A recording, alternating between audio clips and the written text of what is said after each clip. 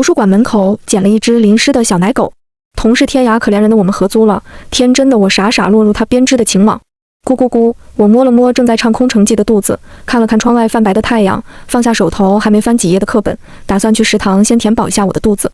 万万没想到，老天爷的脾气比我还小孩子，5楼到1楼的距离，转眼就乌云密布，大雨倾盆。无奈的我回头去拿伞，恰好赶上中午吃饭的高峰期，电梯挤了好几趟才挤上。到了楼下，发现大家都散得差不多了。这时，一个高高瘦瘦的男生右手抱了个篮球，左手拎着一个喇叭、一块积分牌，还有一个秒表，冒着大雨冲向图书馆廊沿。他额前的头发已经被打湿成一缕一缕，身上的白 T 恤也被雨滴砸出一条一条印记。还没来得及喘顺气的他，口袋里的电话又开始响个不停。他只好放下右手的篮球，踩在脚下，拨弄了一下滴着水的刘海。刚接通的电话对面就传来催促：“顾恒，你小子去哪了？让你球场清个场，把自己都清丢了。快过来，体育馆等你放弃才去吃饭呢。”好，学长，就过来。这么大的雨，跑去体育馆肯定全湿透。我这么想着，但脚步并没停下的从他身边经过。同学，可以借你的伞送我去一下体育馆吗？我抬头望向他，又环顾了一下四周，摇了摇头，和不认识的男同学共打一把伞不合适。同学，帮忙吧，你看看雨这么大，淋过去会感冒的，你就可怜可怜我吧。他说完，还特意低着头，眼睛扑闪扑闪的卖萌。行吧，去食堂，反正也经过体育馆，这么大个男生都撒娇卖萌了，待会再撒泼打滚可怎么办？谢谢啊，同学。他咧嘴笑的时候露出他的虎牙，将手中的篮球抛给我，自然地接过我手中的伞。雨下得很大，丝毫没有要停的趋势。我抱着他的篮球，拘谨地站得很远，小半个肩膀都在伞外。他撑着伞，热络地向我介绍他自己：“我叫顾恒，今年大3，计算机系的。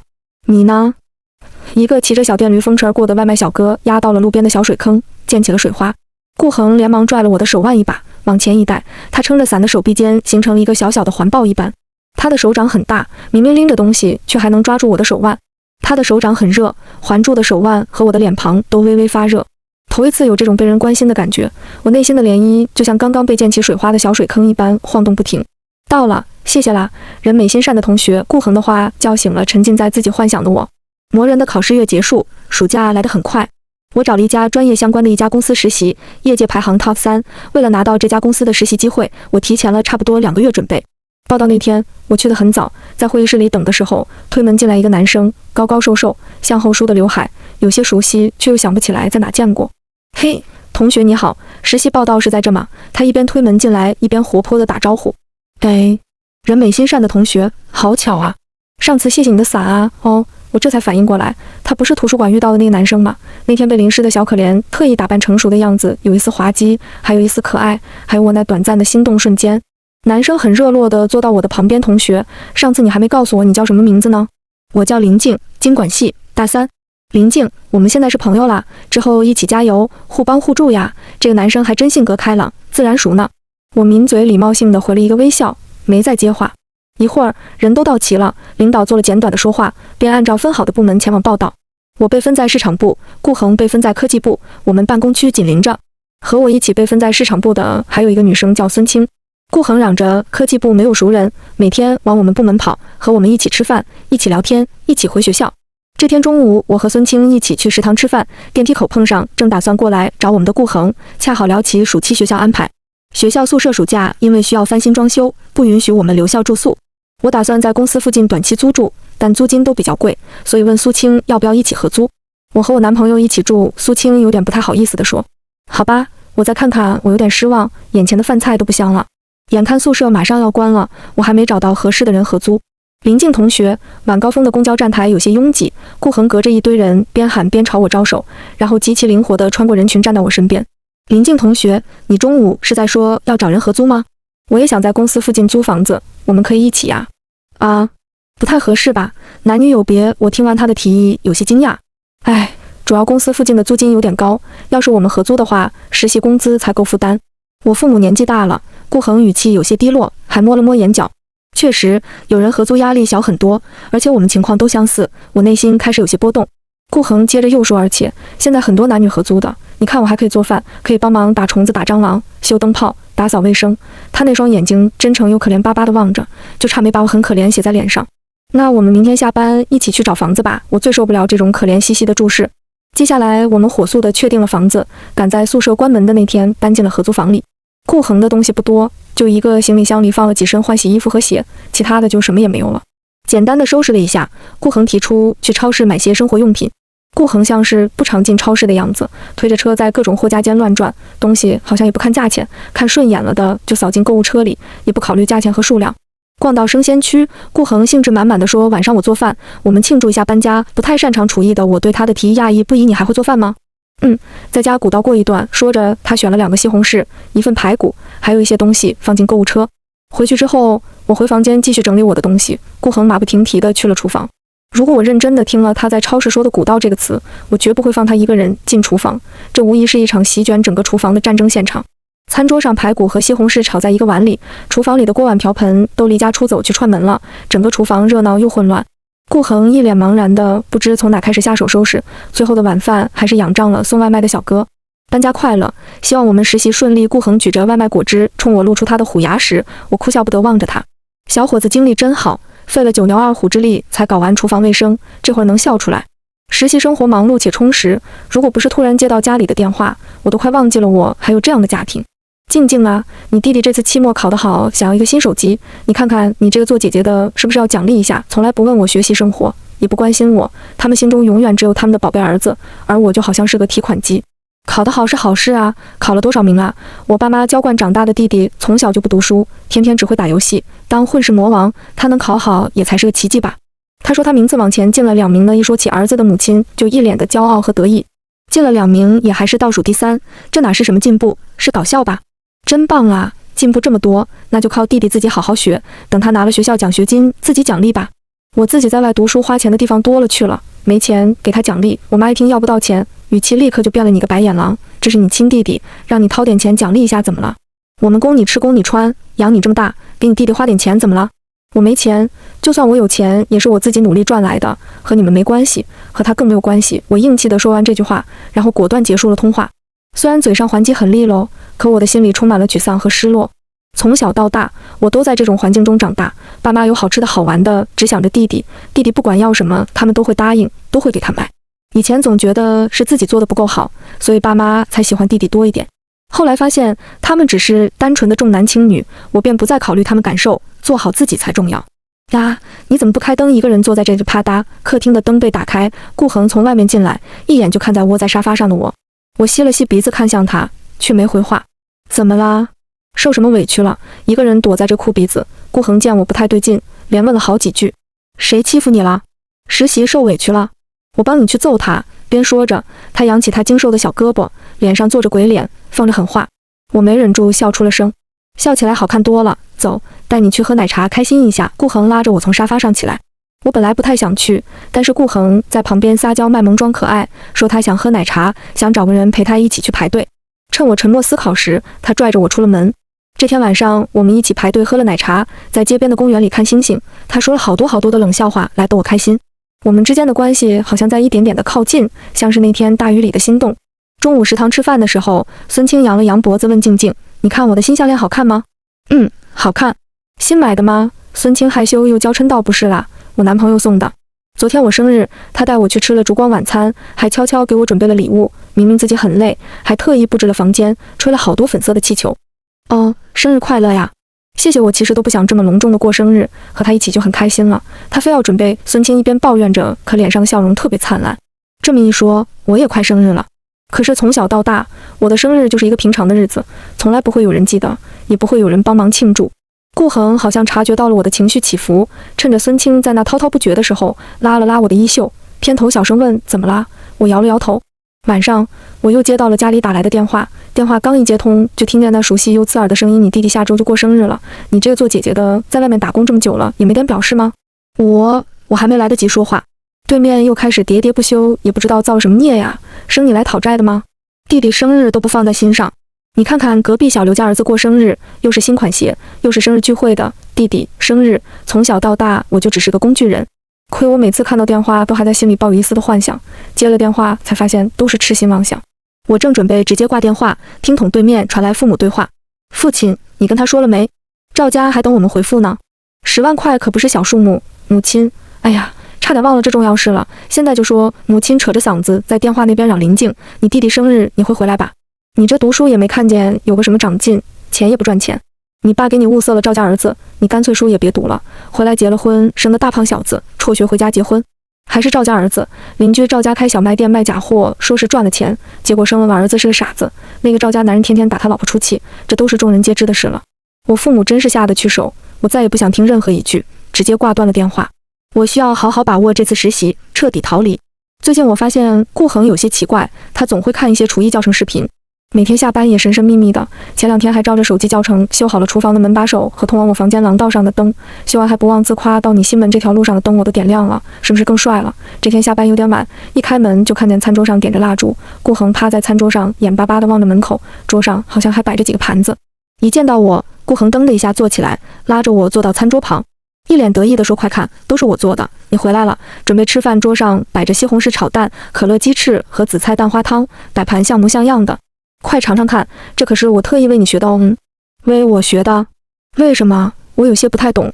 哈哈，就为了改变一下你心目那个我第一天差点毁灭了厨房的糟糕形象。我尝了一口，忍着笑朝他竖起了大拇指，真不错。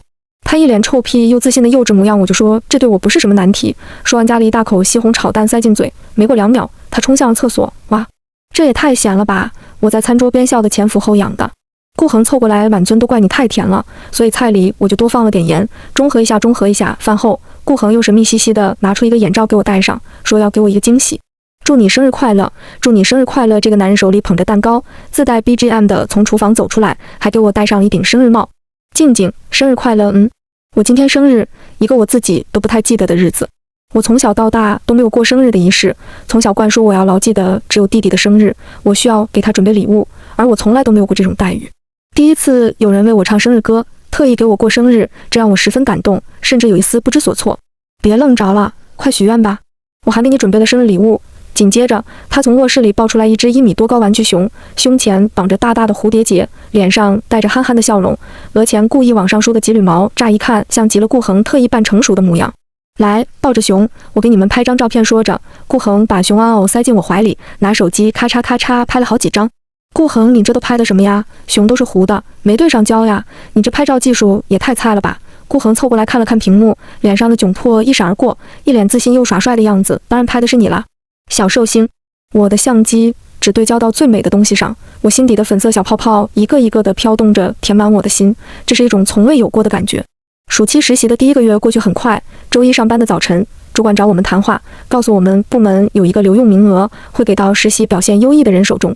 这对我来说是个好机会，如果顺利留用，公司的福利待遇能让我很快的从家里完全独立出来，不再受我爸妈控制和白眼，更不会需要嫁给那个什么赵家儿子。我暗自下决心要好好努力，抓住这个机会。林静，我们一起好好加油！公平竞争出办公室的时候，孙清带着一脸的鼓励和亲切说道：“加油！”当时的我就是太天真，竟然还觉得有人一起努力和进步是件好事。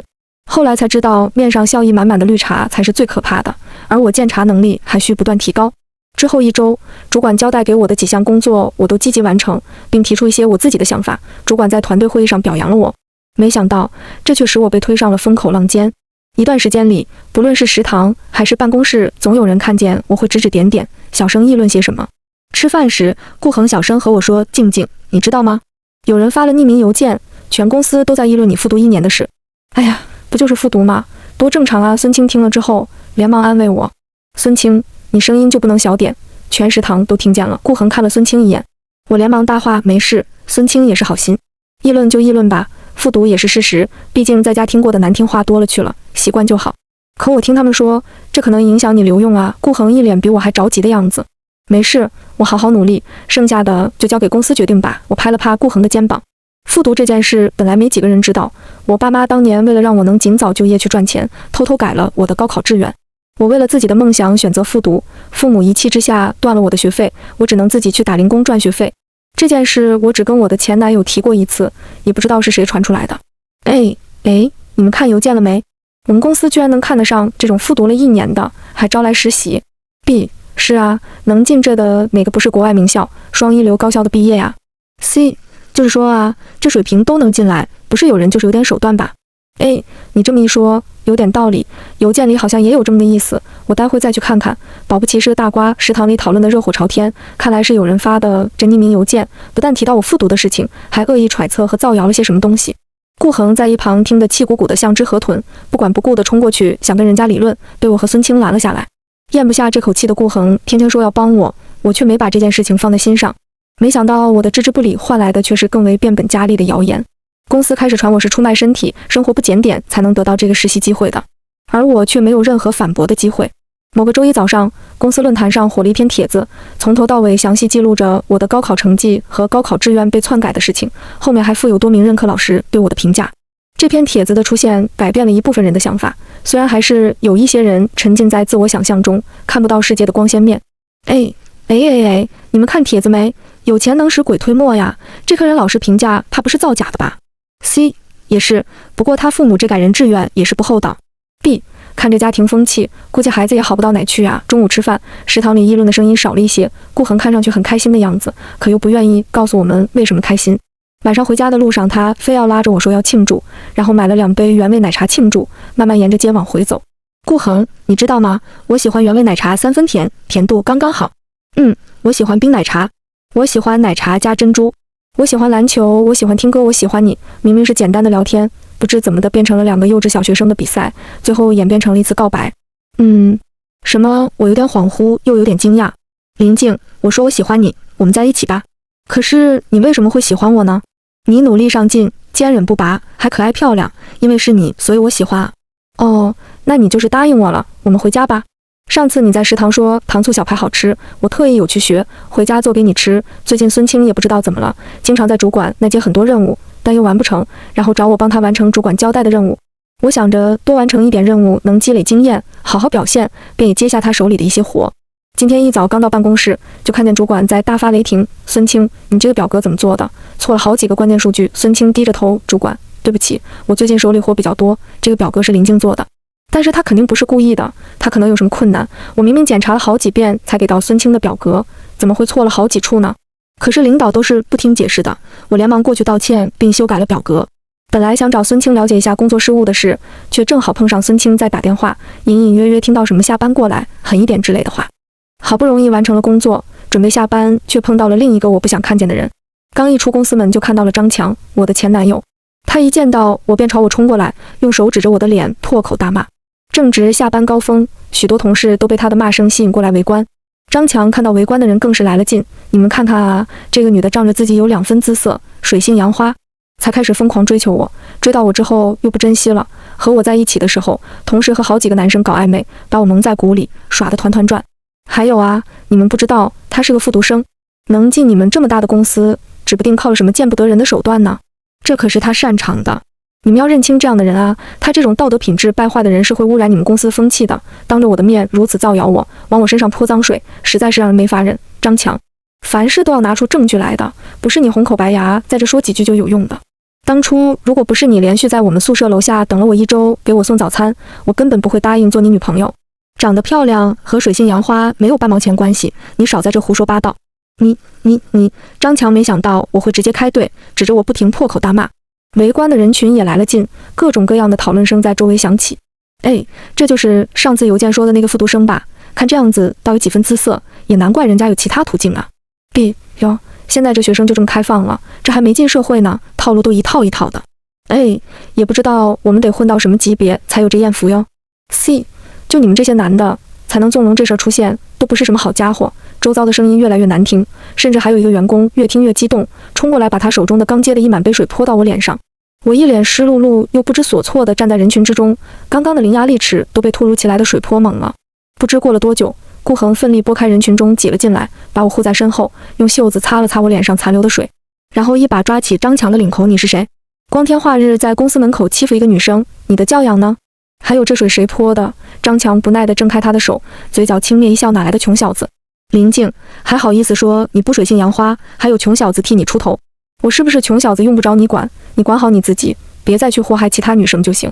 林静的好你看不到，是你瞎。说完这句话，顾恒拉着我走出人群。转角处，我看见孙清插着手站在那，脸色似乎不太好的样子。好不容易消停2天，事情又找上门。林静，等一等，身后传来呼声，我下意识地转头，看见孙清从后面追上来。怎么啦？有什么事吗？主管吩咐你去档案室拿点东西。孙清一脸着急的样子。拿什么东西？有什么东西非要叫我去拿？好像就是之前的一些方案资料。我刚刚被组长叫去修改 PPT 了，所以不能陪你过去了。说着，孙清还有一丝抱歉的样子。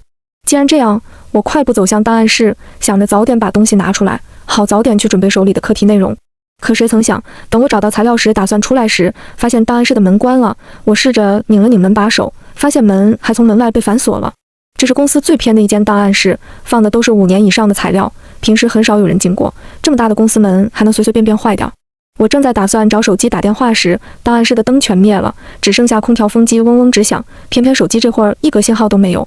天哪！叫我不换5G 手机，叫我不好好充电，就现在这情况，我是要被困死在这里了吗？我不由得搓了搓我手臂上的鸡皮疙瘩，空调制冷效果好到离谱，我觉得越来越冷，我只能蜷缩着蹲在柜子旁的角落里。我一边吸着鼻子，一边安慰我自己不要慌。时间一点点的流逝，我试了呼喊、用东西砸门一堆办法，精疲力尽了也没引起任何注意。我看了一眼即将关机的手机，在周身昏暗的环境里逐渐失望。夜晚降临，空调一直呜呜地吹着，整个档案室里黑漆漆的，天花板上传来滋滋声，还伴随着爬动的声音。不知道过了多久，我听见顾恒叫我的声音：静静，林静。醒来时，我躺在我的床上，顾恒抓着我的手，趴在床边，我额头上还放着毛巾。我动了动手腕，动静吵醒了顾恒。静静，你醒了，感觉好点了吗？顾恒一脸着急地看着我。没事了，我想喝水。你昨天吓死我了，晚上高烧不退的。他把我扶起来，水杯递到我嘴边，嘴里还不忘念叨：你昨天是怎么找到我的呀？我十分好奇这个问题。你昨天明明答应我一起下班去吃米线的呀，我在你们办公室也没找到你，楼下也没等到你，后来保安都要关大门了，也不见人，电话也不接，我快急死了。后来找保安看了监控，你怎么会去档案室呢？孙清说主管叫我过去拿材料，我就过去了。顾恒轻轻地拍了拍我的头，你这小脑袋就不能稍微多个心眼，有事先跟我说一句啊。说完他觉得还不放心，又握着我的手，严肃地望着我说，还有，你个小路痴，下次出门要像这样握紧你的方向，知道了吗？嘿嘿，我摸了摸被拍的地方，这人还怪甜的，不过怎么一夜之间成熟了一样。周一早晨，主管召集大家开会，讨论之前上交的方案，宣布留用名单。大家交上来的方案我都看过了，大家都很努力，也很有想法，但是有些人浑水摸鱼，不动脑子，还想靠走捷径成功，这在我们这是行不通的。本期实习留用的是孙清，说不难过是假的，可我还是应该搞清楚一下我到底输在哪里。会议结束后，我主动留下向主管请教。主管摇了摇头，小林啊，我本来很看好你，之前你复读的事情我也略有耳闻，以为你是个努力的孩子，可是这次的事情，你怎么能抄小孙的成果呢？你这样在整个业界都是混不下去的。抄？我怎么可能抄袭呢？这个方案还是顾恒陪我熬了好几个晚上，走访调研了好几个精品店才做出来的方案。你俩方案几乎一样，你又晚交了好几天，那不就是吗？这么简单粗暴的理由，我竟一时间无法反驳。这份几乎一样的方案是怎么回事？看来需要我好好了解一下了。好事不出门，坏事传千里，还不到中午，全公司就传遍了我抄袭的事情，而我却对拿出证据这件事情一筹莫展。本来想找顾恒商量，可他一中午都不见人。没想到转角遇到张强竟然和孙清手牵手的站在公司大厅的会客区，这样我着实震惊了一把。可当务之急是弄清抄袭。我过去想问问孙清知不知道关于方案几乎一样的事情，没想到张强却像是一条发了疯的狗，见人就咬。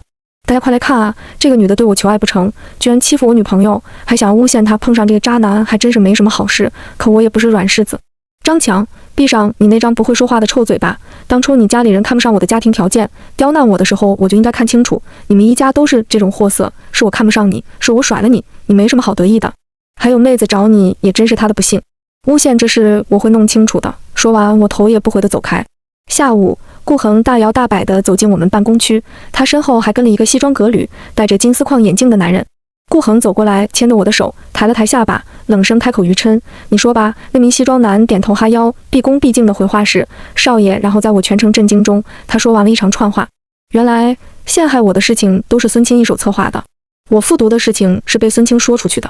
孙清是张强的女朋友，他从张强的朋友那得知我是张强前女友后，便怂恿他去公司找我闹事，企图败坏我名声，好让我没资格跟他竞争留用机会。被关进档案室吹了几个小时的冷风也是他设计安排的，他还趁我被关的时候拷贝了我电脑里的方案，并提前提交了方案。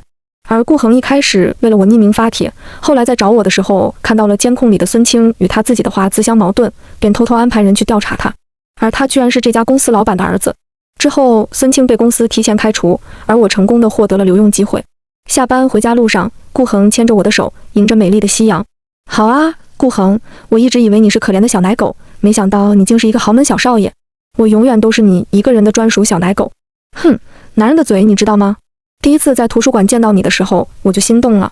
之后向你借伞，和你一起去实习，找你一起合租，都是我为了靠近你的方式。你居然骗我这么久了，我要跟你分手。静静，别分手，你惩罚我好不好？惩罚我之后，不论白天黑夜，春夏秋冬都好好疼你，好好爱你。一边说着，他一边揽着我的腰，将我拉向他的胸膛，那沉稳的心跳声时时地落在我的耳里。